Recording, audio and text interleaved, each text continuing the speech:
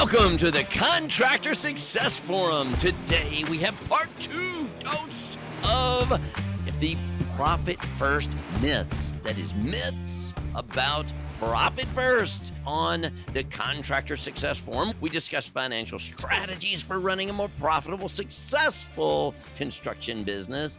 And again, in one corner warming up is Stephen Brown, our celebrity construction bond agent, sponsored in from McDaniel Whitley Bonding Celebrity. and Insurance. Okay, I like Yes, and in the other corner we have Wade Carpenter and Company CPAs, helping contractors nationwide. And I'm Rob Williams, your profit strategist with Iron Gate Entrepreneurial Support Systems, helping drive profits in your businesses. And today we have part dose of the myths of profit first. And our celebrity bond agent, Stephen Brown, will be reading these questions, these myths, not questions, myths. No, these are myths, Rob. These are myths. Mysterious myths. These are myths about profit first. Yes, So, they are. Myths. you know- That means not true. Not true. Okay, all right. You're right? Yeah, okay. I don't know. You're going to have to sell me on the fact that these myths aren't true. All I'm right, just Wade not and I going to are buy here. into this stuff. That is why we are here, for you to dispel the myths of profit first today. Wait, I Right. thought of a perfect slogan for you. The C in CPA stands for carpenter. Yes. Certified carpenter. All right. Yes. Hey, You don't moving want on. working on your house. Right. Myth number 7, guys. Profit first does not need a certified expert to work. You definitely can read the book and do it yourself and try to do it yourself. One thing we were talking about was that a lot of people don't do it correctly, or they take pieces of it, or they don't carve out an owner's comp account. I was just discussing that with a client yesterday, and why they needed to keep that. Definitely things that I would think that anybody could implement this. It's a simple system. But as I've joined Profit First and the more I work with people, you realize that there are just a lot of quirks to it. And you may think, it was just putting it in bank accounts.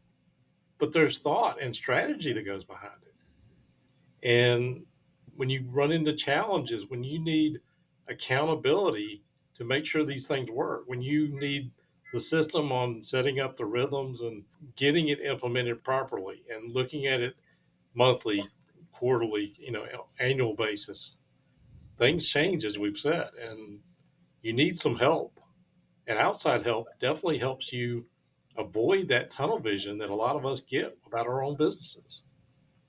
What do you think about that, Rob? Yeah, I think there's actually, this is a 2-part question, I believe, Stephen. Your 2-part question is an expert, but then a certified expert.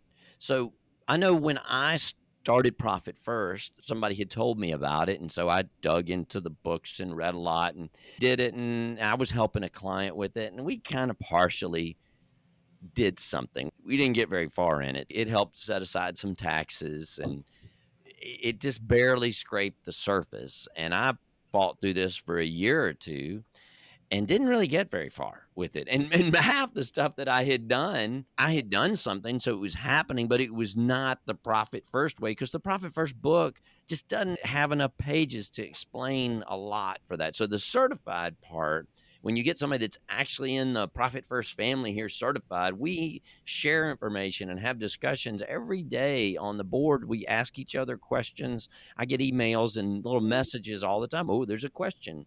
Can you help answer this? All day long, I'm getting these. And there's just a plethora of information out there and knowledge, so you don't run into those experiences. The cost to have an experienced certified person, to me, far outweighs the investment you put into that, the effort that you're going to save from learning this thing that takes over and over and over again. So hopefully we head off a lot of those same mistakes that hundreds of thousands of people have already made. So that's why the certified, people probably don't even understand. There is Wade and I are mastery certified Profit First members. And that means we've gone through our testing, and then they recertify us and retest us. And I meet with my coach, my my Profit First coaches coach every 2 weeks, and we go over these things. So there's a lot behind the scenes. It's not just like we took a little test and had some knowledge and read an extra book. It's a constant ongoing process that hopefully we can help those clients avoid a lot of the mistakes. Okay, well, that leads into myth number 8 then perfectly, which is Neat. myth number 8 is anybody can teach profit first.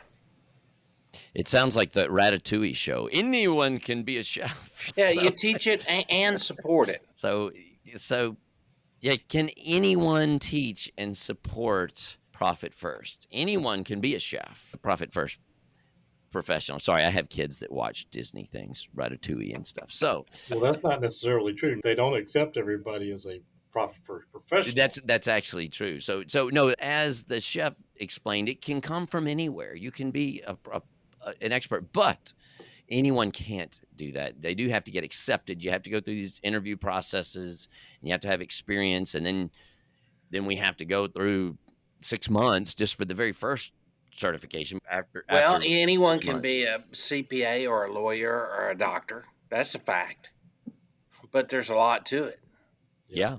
So anyone can teach and support it. I think there's a lot of things with this myth, the direction that this could go. You need experience as a business person and books to be able to get into that, but then we also get that training that we've gotten from Profit First to share the hundreds of thousands of businesses experiences that have gone through this before. So having a certified Profit First person help you and teach you and support you is you get a lot of that extra benefit rather than just having somebody else read the book and support you. Wade, what do you think about that one? Well, I can talk from my personal experience because back in 2014, when the first edition of Profit First came out, I read it, and like a lot of CPAs, I dismissed it. And a couple of years later, I had a client that said, I read the book, I'm implementing this in my system. Can you help me? And I was like, sure, I know the system. I hadn't implemented it. And yes, we can handle the bookkeeping, that kind of stuff. That is pretty straightforward. But when it comes to helping somebody actually implement it and learn the quirks and the things that go wrong and why you may fail at it and what to do when you're short in cash or those kind of things, I didn't really learn anything until I became a Profit First professional and started implementing it for myself. And every month when I look at my books, I learn something new, even my own books. The insight that we get from thinking about the behaviors and the structure that's behind Profit First, that doesn't come from reading a book. There's some great information in the book. We've talked about it on other podcasts, but there are definitely some quirks to construction that are not in the book. And there's a derivative book that talks about it, and they do a horrible job of it, in my opinion. But there's a lot of quirks that me and Rob know just from working with these, either living it or working with it, that we know from construction. So that's probably my long-winded answer. Sorry about that. No, that's great. That's great. No, I'll So buy that. From what I've observed, that's definitely true. But you're going to wait till the end of the quarter, right? yeah, Right. I'm going to wait till the end of the quarter. Right now, I'm going to move on to myth number 9 of 12. I won't grow if I take my profit first. I like this one because I always thought the expression "it takes money to make money" and the return on the assets, and so it was always a formula. I was a finance major and MBA, so it seemed like a lot of the venture capital and these business owners, it was always about, well, you can make this 30% return on investment. So a lot of my spreadsheets that I had when I was projecting things out were based on how much assets in there. And it was always just about the percent. We kind of made these assumptions that you're going to make this percent return on your assets and your investment. And that myth kind of it's not standard at all what percent that you make on your investments, particularly in the construction industry. What Profit First and the Good to Great guy, Jim Collins, for decades studied these businesses, and it wasn't the ones that were always taking the chances and going out and putting this stuff. It was the ones that could be steady and grow. And if you take the profits out, what Mike and a lot of the other people found is your business is healthier because you're healthier and you can run your business healthier.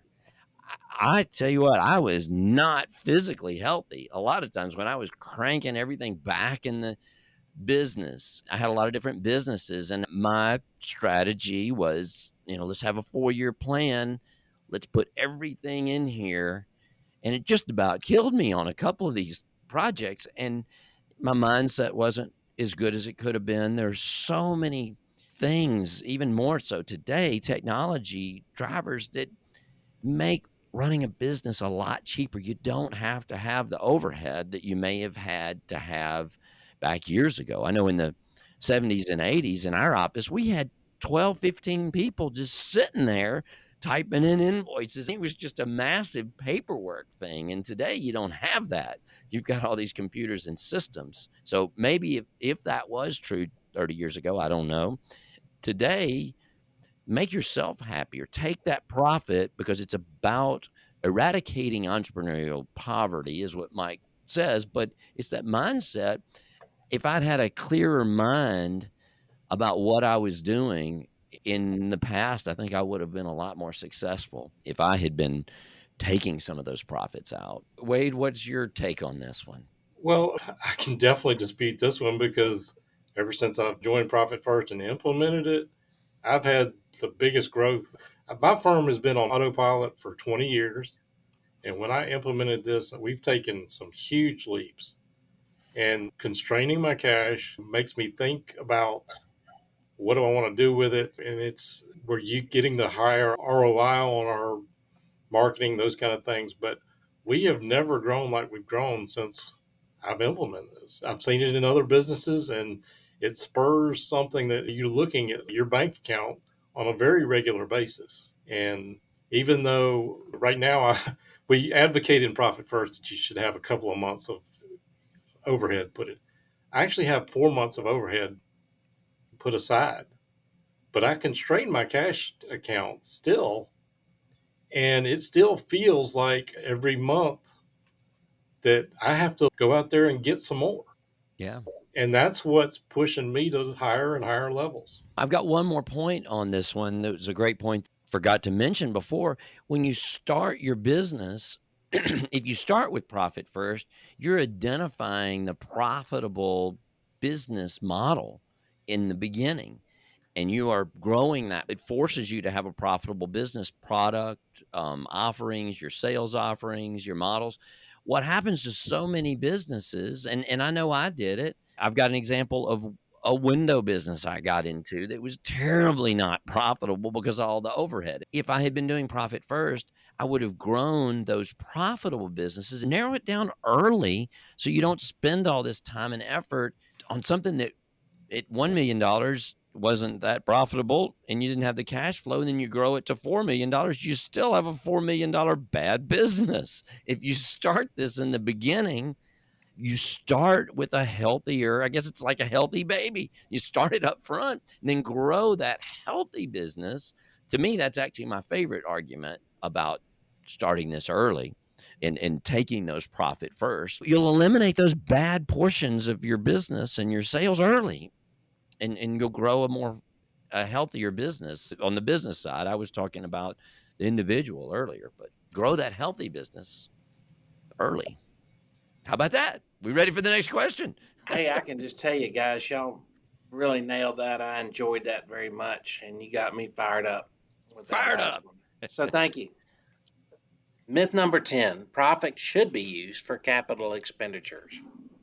That is a myth, and that is so interesting because I know I've made this mistake. I was glad to go over these questions again because even on the coaching, I have to remember this.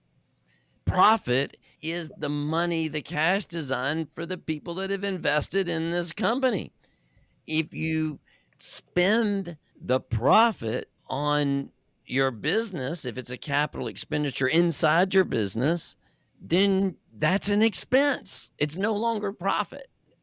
And you're not really making those profits. You're not having that healthy business. You're no longer making those percentages anymore. This is a great thing because even as a coach, I've actually fallen back into this. I've said, well, let's do this at the end of the quarter. Then you can decide whether to buy some equipment with that. Maybe buying the truck, if that's your truck that you personally buy, then maybe you can count that. Even if you're writing it off their businesses, I can see maybe justifying that if it's out of the profit account. So, Wade, where do you want to go with this before I Well, dig a hole? I've kind of gone this other way too, because I've said many times on this podcast about the contractor that is so worried about taxes that December 27th, they're in their Ford dealership getting that brand new F 250 loaded up. They don't want to pay taxes on it. They've erased their profit for the year. In fact, they've spent some profit that they're going to have to pay for years down the road. Too many people will plow that profit back in. I know I did it for 20 years before I started Profit First. You plow it back in and you tell yourself that I'm making an investment in my future by putting this money back in. We kid ourselves. At the end of the day, if we don't have a sustainable, healthy business, then we're just putting money back. I was really bad about buying software or the next thing, equipment to help us run faster or whatever. Got to get the system right. And if you keep plowing it back in and never take something for yourself, I had a contractor that came to me and said, 60 something years old, and he's made some great money in construction, but he hasn't kept a dime. And a lot of us, maybe sitting behind a desk, we can do that, but construction guys can't do that forever. We can't do that forever either. But you got to have something put in reserve. And if you never learn to put your profit aside, you're never going to have it. Yeah, that's great. That's a great point. Take that, and that needs to go towards retirement planning, towards something. Take that out, and then having in your OpEx, and or if you've got an equipment account, you've got something separate that's not your profit account. You can use it for that. So this is a great thing, and I need to remember this one as well.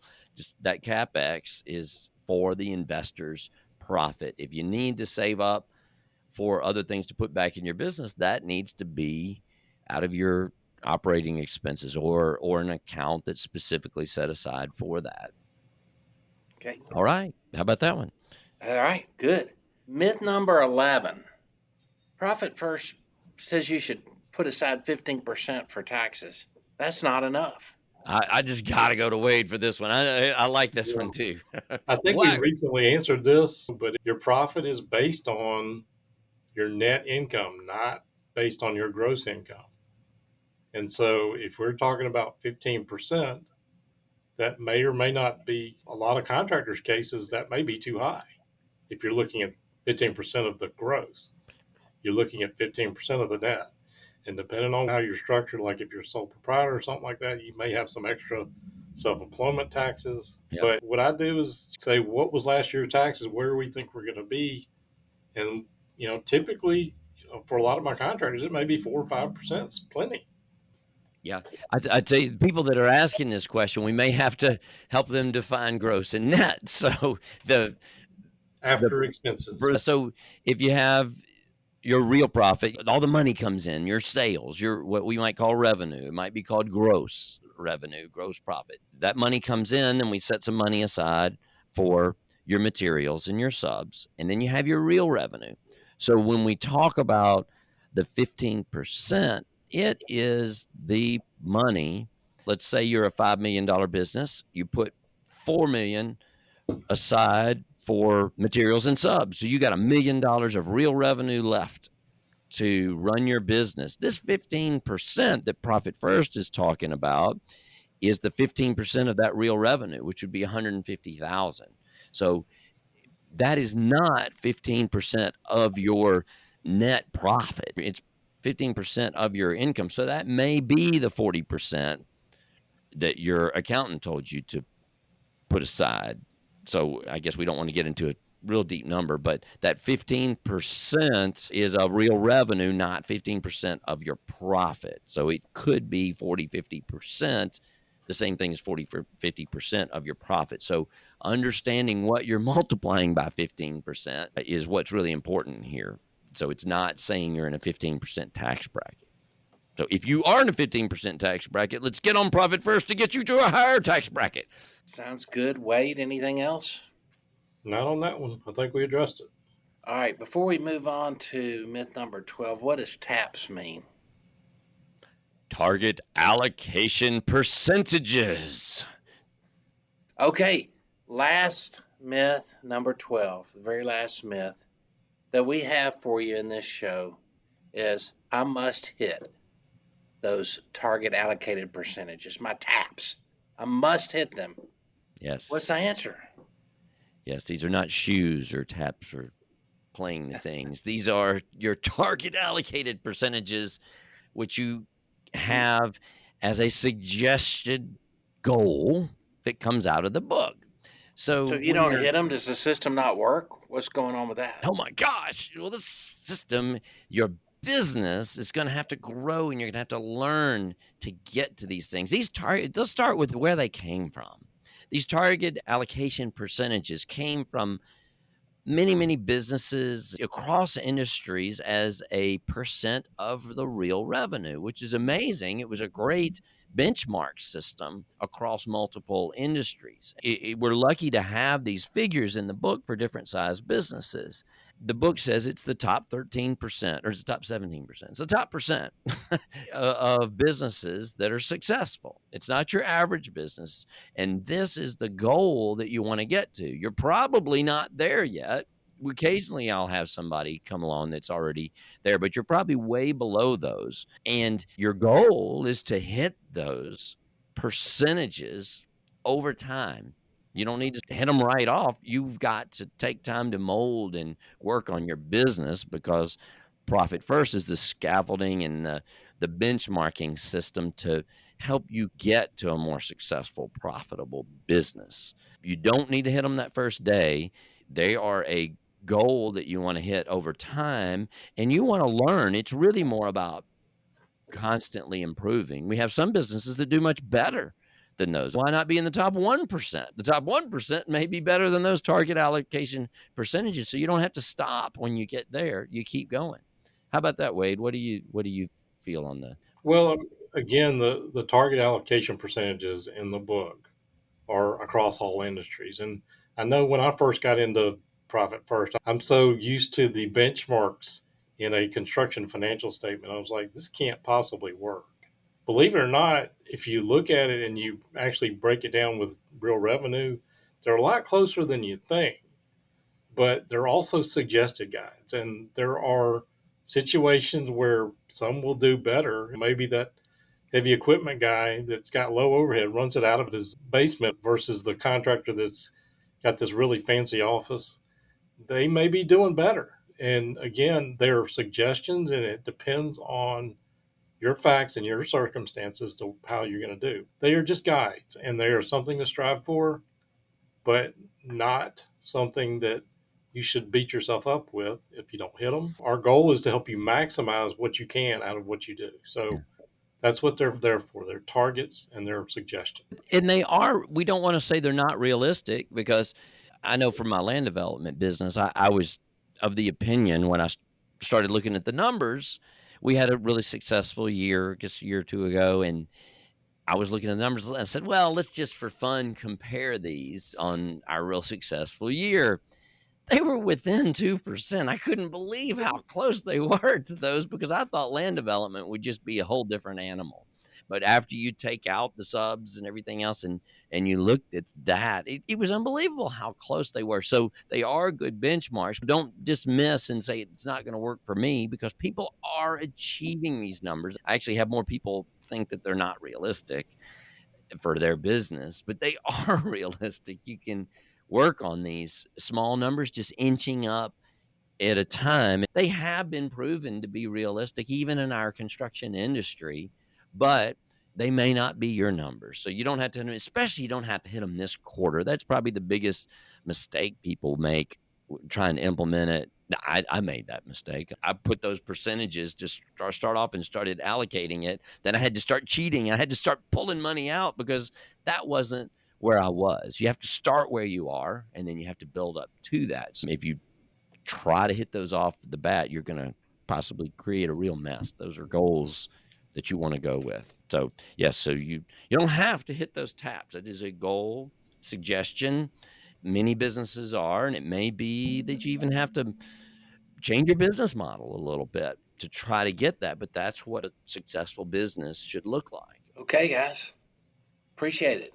Yeah, these were our profit first myths, the top myths that we could come up with for profit first. And this has really been a very great contractor success forum that we had discussing today. So take a look at those show notes. There's going to be so much information about these myths out there. Send us your questions. So if you got any questions for us, send them, and we are here to help you drive your profits. Stephen Brown, the construction bond agent with McDaniel Whitley Bonding and Insurance Company. Thank you for asking us those questions today. And Wade Carpenter with Carpenter and Company CPAs giving us fast knowledge, dispelling the myths of profit first. Have a great day and see you at the next Contractor Success Forum.